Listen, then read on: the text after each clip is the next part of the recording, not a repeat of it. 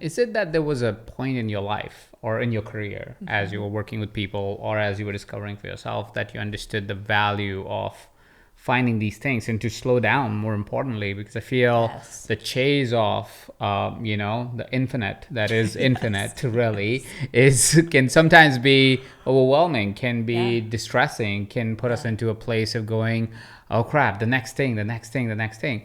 And there seems to be a certain peace in you that I see right now where you're Yeah. like, you know what, it's play and just have Yeah. the fun and the joy of life. How did Yeah. that happen? Oh, it's a good observation because it's a new thing for me. I think my entire life I've been productive and useful and creative and an entrepreneur. My first business I was 7, and then my second one I Mm. was 8, and then 9, because my family is entrepreneurs. So they were always pushing me like, well, you want to make money off of this? Let's make money off of this. It's like, okay. And it's interesting, like I love that aspect of me, but I recognize that there was a part of it that came from a wound of I don't feel good enough unless I'm producing, unless I'm useful in the world, unless I'm living my purpose. And so I've really done a lot of work around that. And there's a wholeness that I've kind of settled into where it's I don't have to do anything for anyone. I myself, as I am, perfectly enough, Mm. perfectly whole, perfectly complete. And I'm a creative being. So how do I want to play with that creativity? And so that's kind of softened a lot of my like drive and go, go, go, which it's interesting because thinking about it now, at first, it was a little scary for me because I'm like, oh my God, where's my drive? Where's that thing that has made me so successful and brought me to the top of my game in all these different industries? And the truth is it didn't go away, it just shifted. And so I think after becoming a mom too, my energy was so much more cherished because it's Mm. like I have this much space, this much time, this much energy. Where do I want to put it? And I had to be really discerning with that energy. So Mm. it's good. It's there's nothing to prove anymore, if Mm. that makes sense. Mm-hmm. Like I'm not trying to prove myself. I'm just trying, not even trying, I am living my life. And I'm just saying yes to life and aliveness. Mm-hmm. And I'm recognizing that aliveness doesn't come from productivity for me anymore. It comes from being present. Tell me a little bit more about, because I'm doing the dance, or in my mind I'm doing the dance of saying, well, yes, there is enoughness to that, and there is this also desire, and I'm speaking from my, or projecting from Mm-hmm. what my students have told me, or understanding of what I have heard from my students, is where they would go, yes, and I also desire all of these things. Yeah. Where do you find that balance of saying this is enough and some things don't feel enough? What Do you things? see that a dance? Yeah, I was going to say, so what things specifically are you So speaking if, to? if I have to kind of project into, and this is the dance that I do in my own life, Yeah. I call it the dance of enough and never enough. Uh-huh. And why I call it a dance is because in the moment I must always feel enough, Yeah. because I Yes. don't Yes. feel good enough for anything. It's usually like I wouldn't be able to pursue anything anyways, Sure. right? Or So, it would be and an be happy. overcompensation. Yeah, Yeah. or I won't be happy and joyous Yes. and be, I can't Yes. be if I don't feel good enough. And at any given point, I need a chase for me, and chase for me to feel alive, not even driven, I get it. to I feel get that. alive. I get Yeah. that. So to me, that's always been a dance that I'm still trying to fully comprehend as to how does Yeah. one find that balance in our life. But I feel like if I tip either of the sides too much, Yeah. you can see it and feel in my Yeah. energy. You can be like, oh, Ajit doesn't feel present suddenly, Yeah. or Ajit feels like, it feels like Just he's floating just, off. yeah, floating off, and he's like indifferent to what's happening around Yeah. him, Yeah. Yeah. Yeah. and just so aloof that it's not attractive either. So, Sure. or not desired either. Yeah. So I'm kind of playing that dance, and I Yeah. want to hear your perspective on that. Yeah, so for me, it's alignment. So for me, I'm a creative being and I'm flooded constantly with ideas and passions and drives to want to make the world better, to understand people more, to serve, to support. And I always ask myself, what's in the highest alignment for me right now? I'm always doing something, but whatever I'm doing is in full alignment with what I value at this moment. So for me, that just makes life so much easier because when I picture it, like I'm such a visual person. So when I'm in alignment, it's the channel of my body is fully open. So I'm like connected to source, connected to earth, grounded in both. And I'm just a channel. So it's like I have so much energy. I have 4 kids. I don't sleep at night, but I have limitless energy for this stuff that I love to do. How? Because of this. If I'm out of alignment and trying to force something, it's like the energy from here and here has to do this little maze, and I'm efforting, right?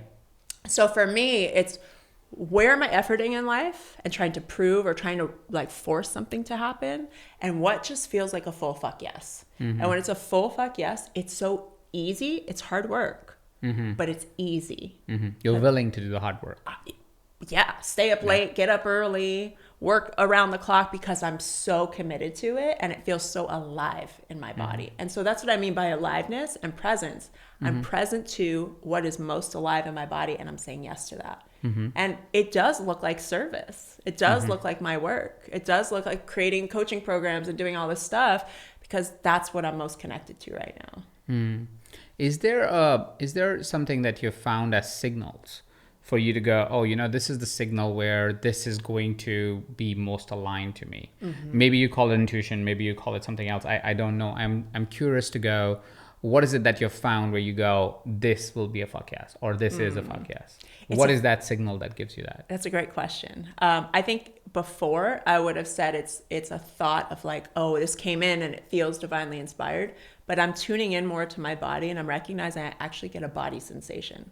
Like I get a full body sensation, and I've had a couple, and I'm not like super woo woo, but I've had a couple people that read energy, and they're like, when that happened, I saw something, and I'm like, I can feel that. Like what you can see, I can feel. So I'm starting to lean into that, and it's a feeling. Like I literally get full body chills.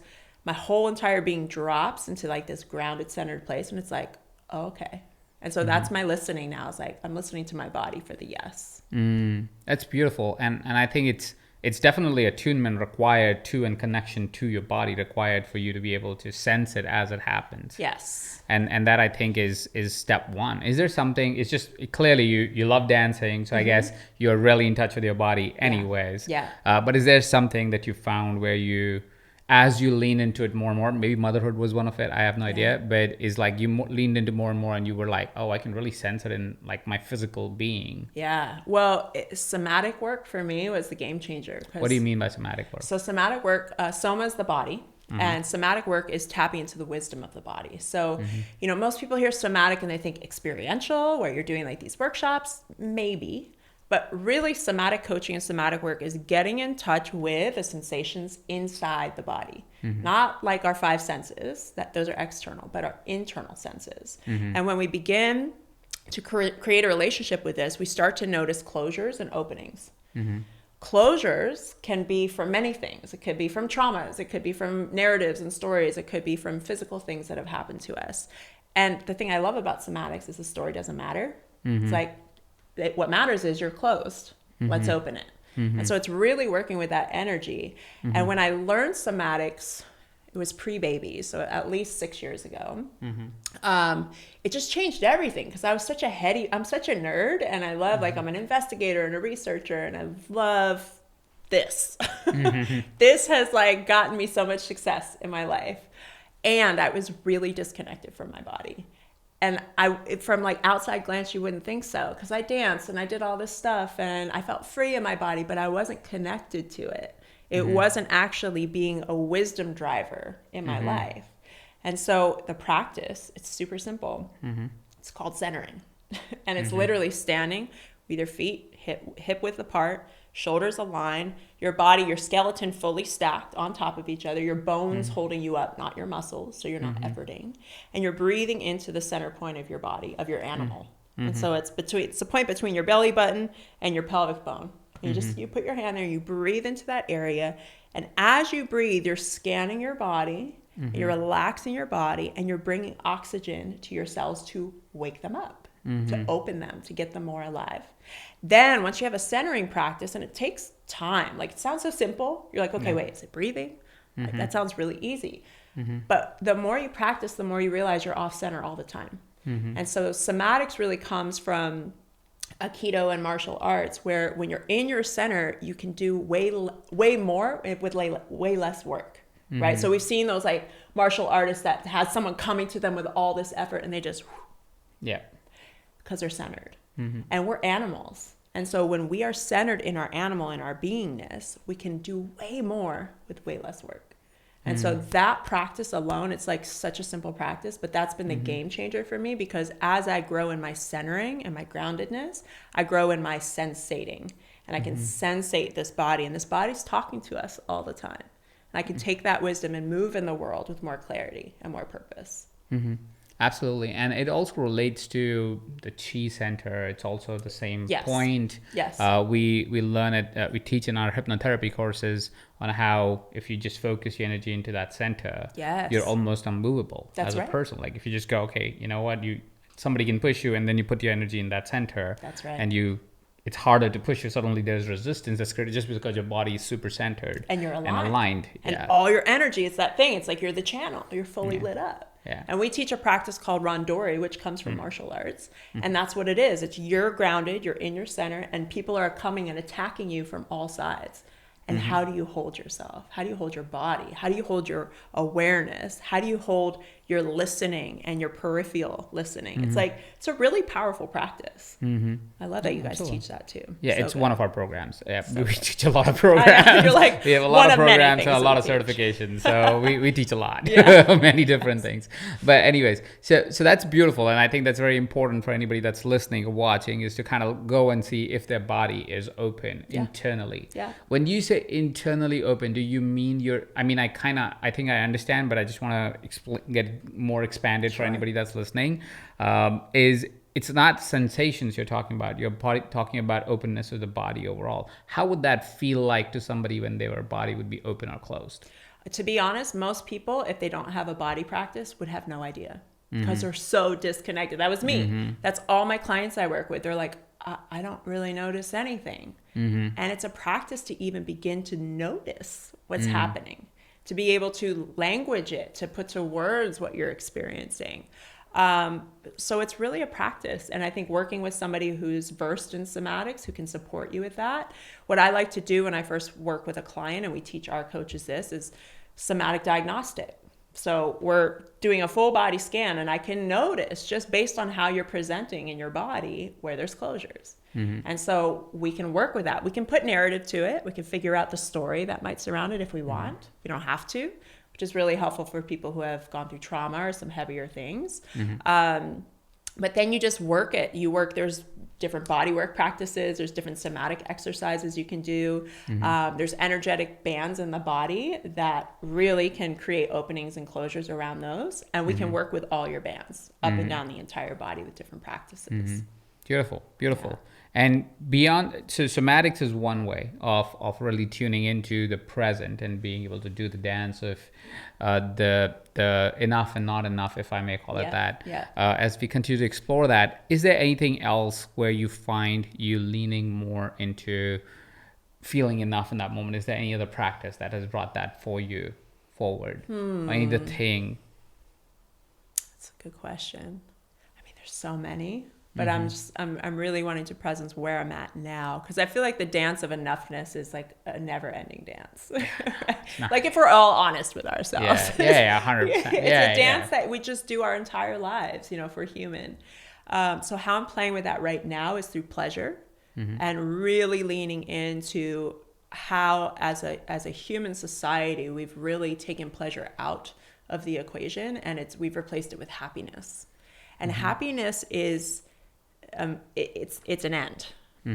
Pleasure is the way, right? Happiness is like the destination, but pleasure is the way. It's the journey. And I think explain pleasure to me, just because I don't understand technically what you mean by pleasure. Yeah, so most people would label pleasure as like sexual pleasure or sensual pleasure, and it's like, could be, but pleasure is being in joy and being in the presence, so much so that you can find the magic and the joy in that moment. So I can be in pleasure while doing the laundry. I can be in pleasure while drinking a glass of water. I can be in pleasure while walking past a flower and seeing this beautiful bloom that presented itself to me. I can be in pleasure with my partner, with my kids. So it's a way of being that most of us have just not even had any practice in, because we've been so focused on the destination of happiness. And we've attached money to happiness. We've attached sex to happiness, power to happiness. And to me, really like shifting from happiness and result to journey of pleasure, I win every time. And I feel enough because my moment is so full and my experience of being human is so full. And when my experience of being human is so full, like I'm actually able to live this human experience with such wonder and magic. Of course I feel enough. I'm like, are you kidding me? Like my life is so fucking good, you know? And that's how I feel most of the time. And I've had the hardest year of my life in terms of external challenges, but I've been navigating it with so much pleasure. And it's like, oh yeah, I could do that. Yeah. So that's pretty cool. Yeah, that's great. The pathway of living in joy, moment to moment, is such a beautiful way to live life. Like you call it pleasure, right? We call it the way to live joyously in finding the joy in the moment instead of associating yourself to a place to get to or a place to be at. What is it that you are observing to be upcoming changes in society? Oh, a lot. Great question, because I love this question. We've been talking about it a lot. Number one, I think there's going to be a huge uprising in equanimity between couples. I think this is huge. I think we are at a breaking point right now where we've got our generation. I'll be 40 this year. So my generation of women, we grew up with moms that worked and they worked hard. They worked around the clock and they had, you know, this excitement to like do the man's job. And we were taught you can be anything, you can do anything. Like, yes, I was working at such a young age. Now we have a generation of men who weren't taught, hey, you can be nurturing, you can be loving, you can be a provider at home, you can be a housemaker, a homemaker, you can do all of this stuff. Men are always taught you can be anything, but they weren't taught the opposite of what we kind of inherently and naturally do as women, the nurturing.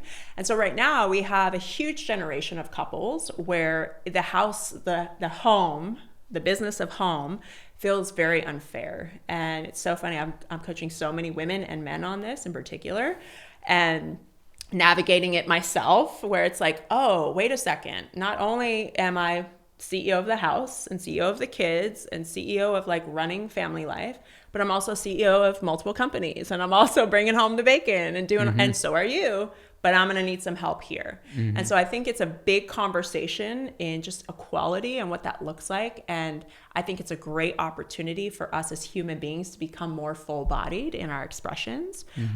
Because I think women kind of went the extreme of like, go, go, go, go, go, hustle. And they're wanting to find a nicer balance now.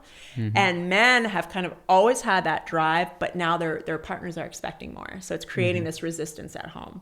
And so there's just a beautiful opportunity and conversation, I think, that's beginning to spark. Yeah, I think that's also one of the reasons why divorces are so commonplace, why the first marriage always breaks down pretty much. The second marriage maybe has a chance. Yeah. I'm not saying it's true for everyone, of course. I'm saying it's very common. I'm in my second marriage to my first husband. We did an unofficial divorce and burning down of our first marriage at Temple at Burning Man. Oh, wow. And it was powerful because I'm like, we need to like redo this. Because, you know, bright-eyed and bushy-tailed, you get into this thing, and then it's like, all right, we've got some years under our belt. Yeah. Let's talk about this. Yeah. No, 100%. I'm glad you guys were able to do that because that's important. Yeah. And I think that's, I am in my second marriage with the second person. And I think the first one was bright-eyed, bushy-tailed, all of that stuff. Didn't really understand what I was even signing up for, really. Right. Yeah. And that's the journey that, you know, all of us need to have in our own unique ways and unique pathways. At the same point of time, I think that's the reason why it's so commonplace is not only the role of women have been evolving for the past probably 4 or 5 decades at this point. Role of men have evolved, but the conversation hasn't. Boom. The role has evolved so much.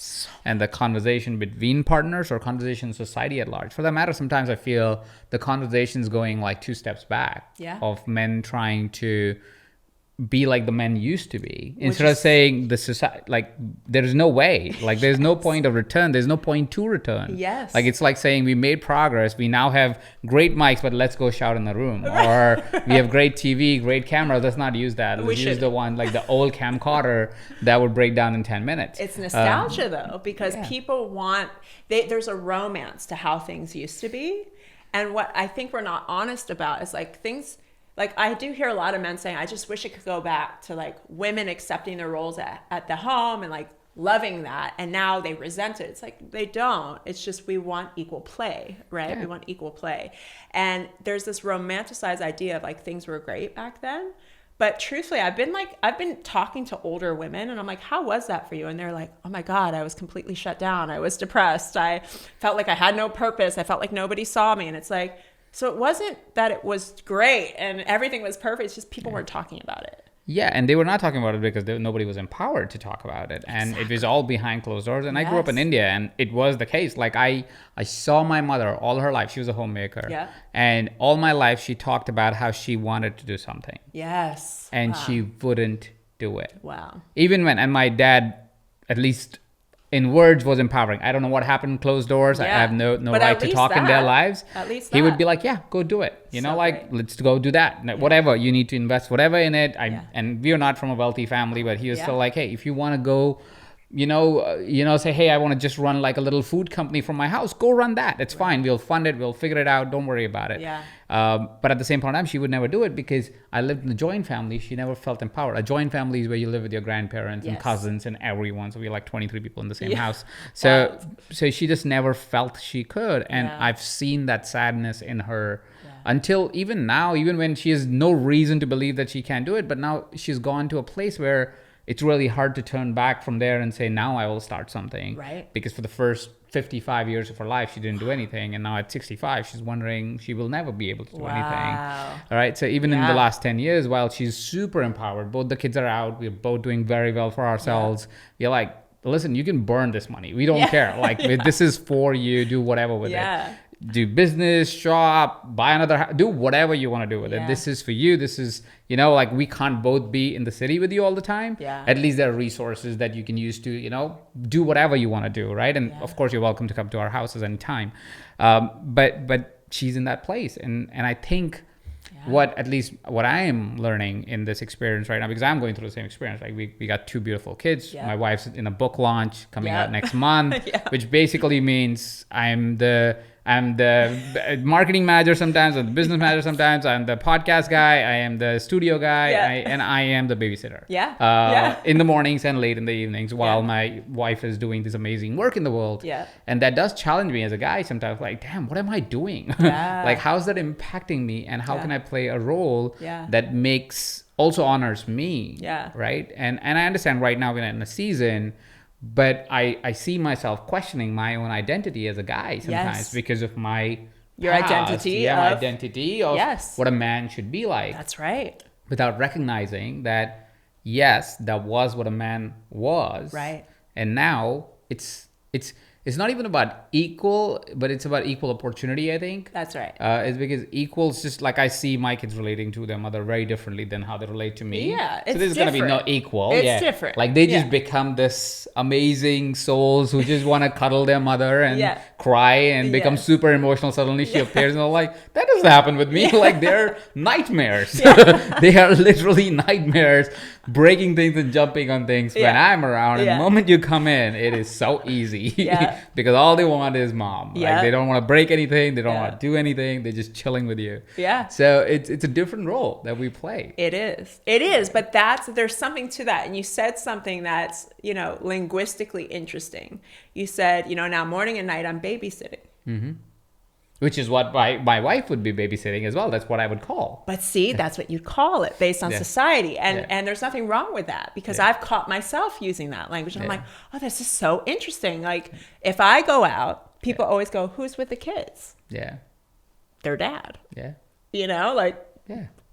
Nobody asks him when he goes out, who's with the kids? Because they assume I am, right? And so it's this interesting thing of these subtle nuances of how we see each other and the identity crisis. I love that you brought that up, because imagine the identity crisis your wife goes through after having a baby. Because your wife is a go-getter. She's a type A personality. Hi, me too. Right? Like my first and my second birth and then my third birth, it was like, it was a death and a rebirth each time.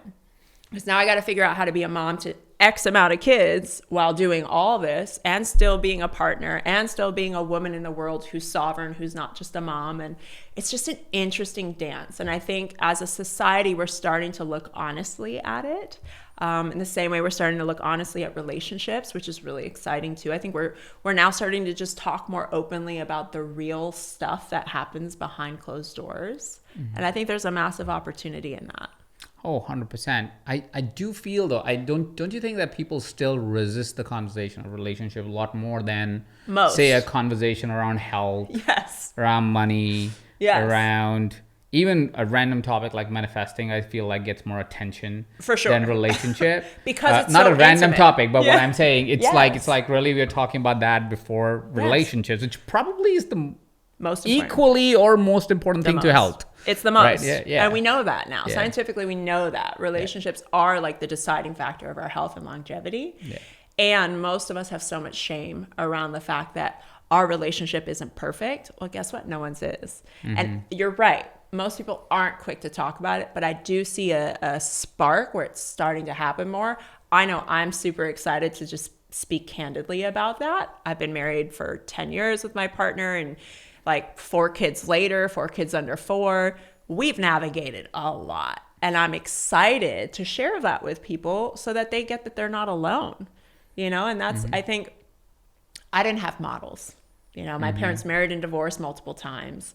My grandparents were still together till my grandfather died.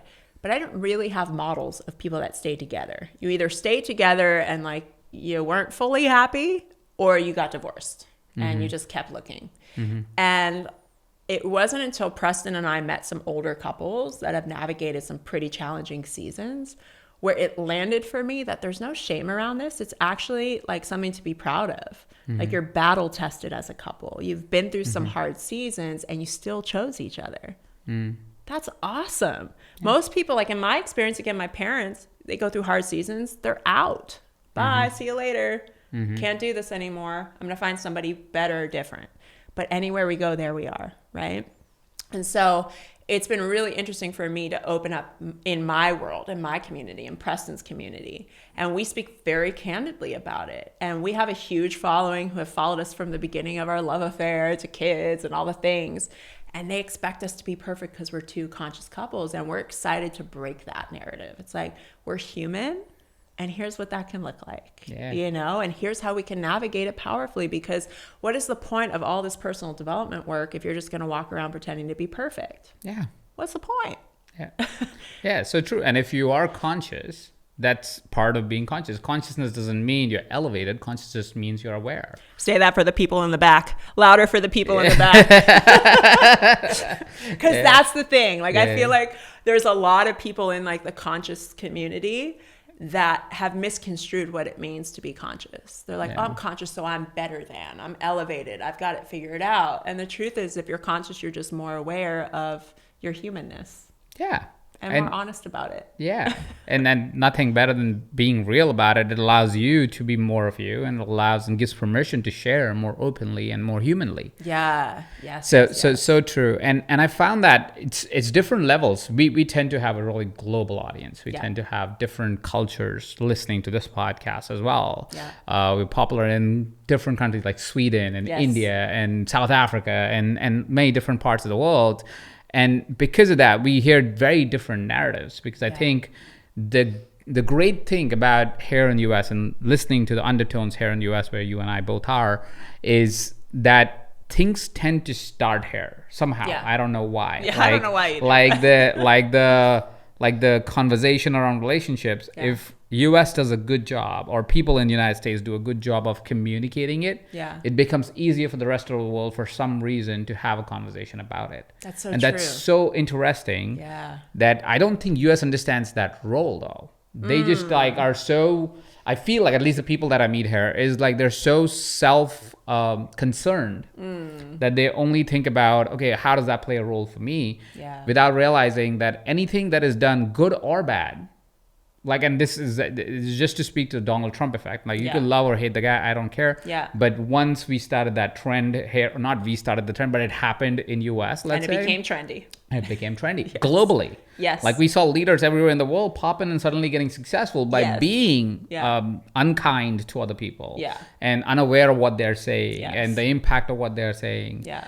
And I was like, so interesting. That's the most big, like, political change. You could go, holy shit, what's happening? And it was massive. Yeah. And it's the same for personal growth. You're so right. And what comes to mind for me is the term leadership. You know, I think leadership is buzzy and everyone wants to be like, oh, leadership, and I'm working on my leadership skills. But you're right. There's an innate leadership that comes from those of us in the West to say, how are we leading and living our lives? How are we showing up? Because it is global now with Instagram and social media. It's like we are a global community.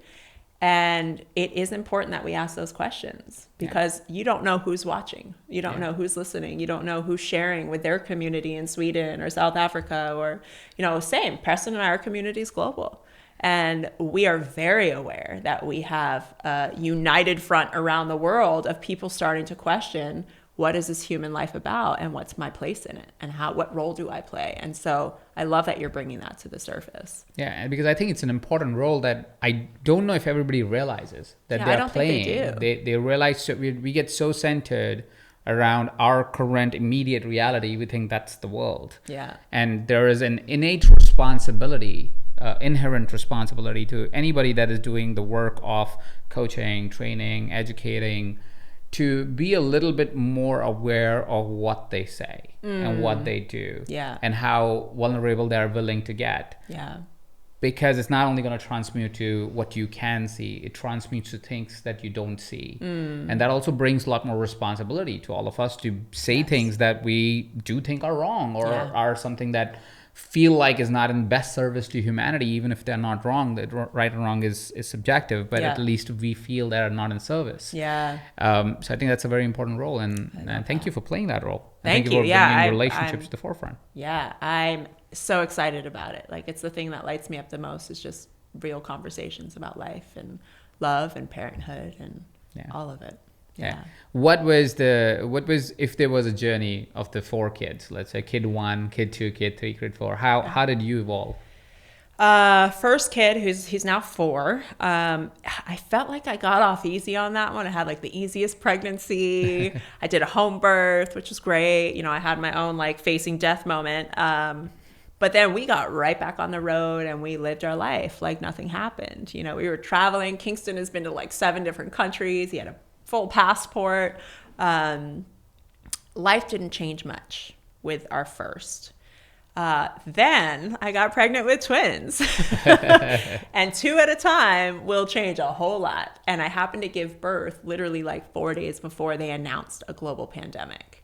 Oh, wow. And so birth to twins, global pandemic, we can't leave our house. We're in Playa Vista at the time, neighbors with you guys. And I'm like, okay, and I have a toddler, a 2-year-old who wants mommy all the time. Okay, what's my life now? Like, now we're definitely not traveling. Now we're not going anywhere. Like, everything's stopped. Are we all going to die? Like, what's happening? It's like the pandemic was a huge thing in the beginning, And so I think the twins, that evolution for me, it was a grounding and a humbling in a way that I didn't get with my first. It's just like, this is the reality of life. What does your family mean to you? How do you want to show up for them? And how do you want to lead them in this climate? And I just got really present to that because I had to be. I couldn't pour myself into my work like I used to because everything stopped. So that was really cool. And then baby number 4, who was a total surprise. It was just so interesting. It's like he came in energetically and lifted up the rug in our energetic house and was like, we need to clean all this up for me to come in.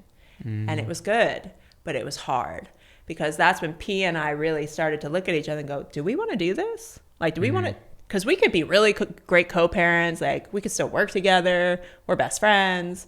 Like, do we want to do this thing? And so I was navigating postpartum with a newborn, 2-year-old twins, which is crazy. I talk about a crazy house. And then a 4-year-old. but then also navigating relationship and actually paying attention to the relationship in a way that I hadn't in so many years, because we were just so busy and just in it and in survival and moving states and all the things. And so that identity shift, like right now, it's what I'm currently in. He's 1. He just turned 1. And the identity shift for me this year has been like, what's actually real for me? What's real for us? Who are we as a family? Like, what do I actually value? What do I want to teach my children through my leadership, and how I lead in my relationship, and how I receive in my relationship? And so it's been really beautiful. There's been a softening for me. And again, it's like a humility, but it's not even the right word. It's just like a coming apart so that what's always been there can actually shine through. It's like all the layers of personality and identity and ego that were kind of bolstered over the years got to die this year. And it felt like a fucking crazy rebirth, you know, just like the craziest death where I'm like, ah. But the rebirth is like, it just feels so clean. I feel like myself. How does that journey of the death of ego looks like or feels like to you? I mean, it can look so different. I've had many ego deaths over the years, many, through plant medicine ceremonies, through breakups, through all the things, through career stuff, traumas. But this one in particular, it looked like a falling away of everything I knew to be my security, like my security blanket in the world, everything I could trust and depend on, just like I couldn't anymore. And it was like, literally everything that was created from my personality up to that point, like crumbled. And I just had the opportunity to go, okay, well, now what? Now what? And thank God work was going well and all that, but it was like relational stuff. And again, if your relationship is crumbling, like good luck feeling great in the rest of your life. And so it was just a challenge, because I really had to, like Preston and I, it's what we did at Burning Man at Temple. We talked about like, what are we actually ready to like fully let go of? Because we created these like patterns and these fields. We call it like our relationship field. We created this field that had a whole world of patterns in it, and it had a whole world of like how we related to one another, and you know, our resentments and just all these little things. And we had to let all that die. And it was hard because it challenged me to actually step up in ways that, in full honesty, I was waiting for him to step up. You know, it's like, you go first, right? And now we're both like, because we were both playing the you go first game, and now we're both like, oh, I have to go first. Oh, okay. And it just requires a deeper level of work, a deeper level of commitment to truth, to love, to compassion, to forgiveness. And that's hard. It's hard. And it's easy to talk about, but in like your most intimate partnership, it can be really challenging. And so it's been beautiful, because I feel like I'm becoming a better person. And he's my mirror for that, which is so great.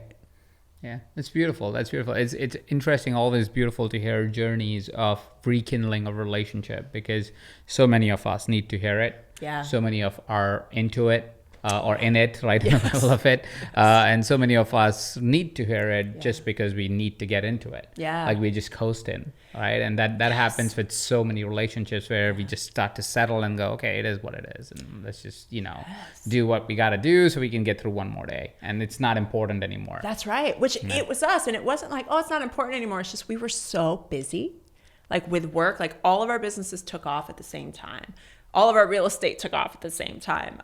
We're moving state. We're building houses. We're buying new houses. Like, it was just so much so fast. 4 kids under 4. It was so much so fast that we were both like, yeah. We'll get to it. And that's why I said, like, Cash, our last baby, it's like all the stuff we swept under that rug. He's like, y'all better look at this, because I'm a big energy and I need some room. And it was so good and also so hard.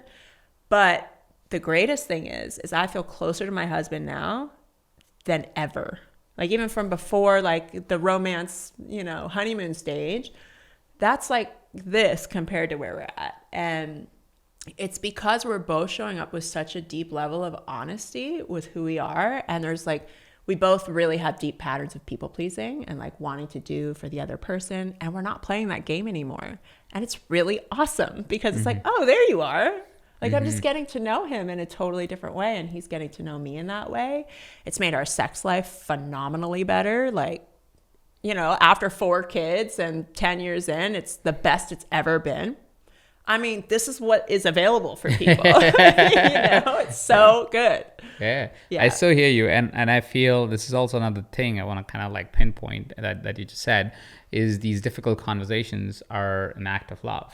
And they strengthen your bond so much more than if you didn't have the conversation. It may feel difficult in the moment. It may feel, icky. You don't want to avoid it. You don't want to have the other person be hurt or be hurt yourself or whatever the thing is, whatever the story we tell ourselves. Yeah. But if we lean into it, we will find that while it sounds like conflict, is actually the greatest act of love, because you will do it from a place of saying, I want to heal this. I want to make this better. I want to find a path forward. It's not the fight. It's the fight for love in a way. Fight for. Yeah. Such a big distinction. Yeah. And it goes back to that first thing I was talking about the energy, right? When we're not speaking the things that are alive in us, even if it's something like, hey, a complaint, or I want to be closer, or whatever it might be, we have these kinks in our energetic hose. And of course, we're not going to feel as alive. Of course, we're not going to feel as connected. Of course, we're going to feel disengaged, because we are. We're that with ourselves, because we're not being honest with ourselves. But when we're in alignment and just a yes to whatever is honest and real and raw for us in that moment, and we do it in a way with responsibility and love, so much energy is available, which changes everything. It changes how you relate to one another, changes your intimacy levels, your connection, your sex, like everything gets better, because there's no kinks. There's nothing in the way of who you are, your fullness, your expression. It's so big. That's so true. Yeah. Well, Alexi, thank you so much for taking the time out today. What is it that you would love our audience to leave with? Is there a note, a way they can follow your work and engage with you? Yeah, so I just want to remind people that you are one decision away from your entire life being different. I fully believe that. And it doesn't have to be a big decision. It can be an internal shift where you're just like, I'm going to choose to do life a little differently, and everything can change. Nothing has to change for everything to change. It's so huge. Follow me online at Alexi Panos, Elementum Coaching Institute, my podcast, Unleashed. I'm all over the interwebs. Find me somewhere. Go ahead. We'll hook it up all below as show notes for this podcast. Thank you so much again for taking the time. It was a wonderful conversation. Thanks for having me.